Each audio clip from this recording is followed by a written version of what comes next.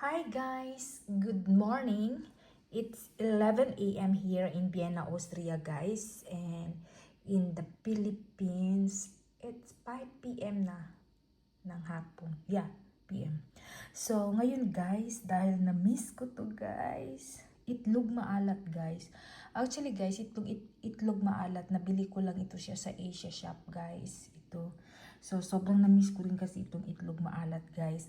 At syempre guys, kapag parisan mo yan siya guys ng pritong galunggong, pritong talong. Ay nako guys, mapaparami na naman talaga ang kain natin ito guys. Sobra na naman ang kain ko nito guys. Sira na naman ang aking diet nito guys.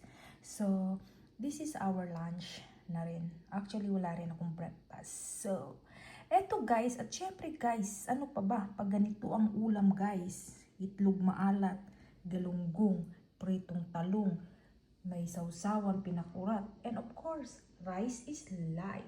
So, kain tayo guys. Babush!